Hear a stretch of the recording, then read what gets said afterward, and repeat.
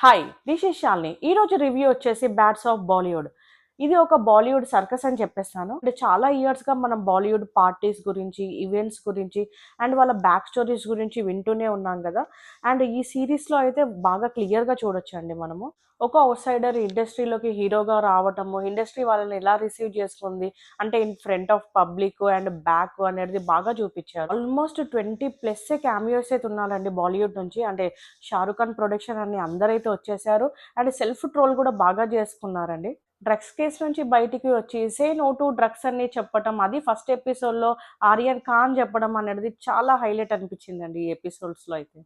ఇక్కడ రాఘవ అయితే hero friend role అయితే చేశారండి. నాకు హీరో కన్నా హీరో ఫ్రెండ్ రోలే బాగా నచ్చింది. అండ్ రాఘవని కూడా మనం ఇక కమింగ్ తెలుగు మూవీస్‌లో కూడా చూస్తాము. క్యామియోస్‌లో అయితే మనకి చాలా మంది యాక్టర్స్ అయితే చూస్తామండి. అంటే స్టార్టింగ్ 'రణ్వీర్' నుంచి ఎండింగ్ 'రంబీర్' వరకైతే పెట్టేశారండి. మన 'రాజమౌళిని' కూడా పెట్టేశారు. అన్నిటికన్నా నాకు హైలైట్ అనిపించింది 'ఇమ్రాన్ హాష్మి' గురించి. అండ్ ఇక్కడ రాఘవన్ కూడా 'ఇమ్రాన్ హాష్మి' కోసం ఒక సాంగ్ అయితే పాడాడు. ఆ సాంగ్ కూడా చాలా బాగా అనిపించింది. ఇంకా 'బాబీ డేల్' తన యాక్టింగ్ గురించి ఏం చెప్పాలి? ఆల్రెడీ 'యానిమల్‌లో' చూసాడు కదా! చాలా ఇయర్స్ గ్యాప్ నుంచి రావటం వల్లనో ఏంటో బాగా కసిగా చేసేస్తున్నాడు యాక్టింగ్ అయితే. ఎండింగ్‌లో అయితే ఒక ట్విస్ట్ అయితే పెట్టారండి. అది ఎంత చెత్త ట్విస్ట్ అంటే ఈ మధ్య కాలంలో మీరు, నేను ఎవరం చూసుండము. మేబీ బాలీవుడ్‌లో ఇలాంటివి జరుగుతాయేమో. అండ్ ఈ వెబ్ సీరీస్ అయితే పిల్లలతో అయితే అస్సలు చూడకండి. చాలా అబ్యూస్ వర్డ్స్ అయితే ఉన్నాయి. సో, మీరు పిల్లలతో కాకుండా మీరు పర్సనల్‌గా అయితే చూసేసుకోండి. నెట్‌ఫ్లిక్స్‌లో ఉంది.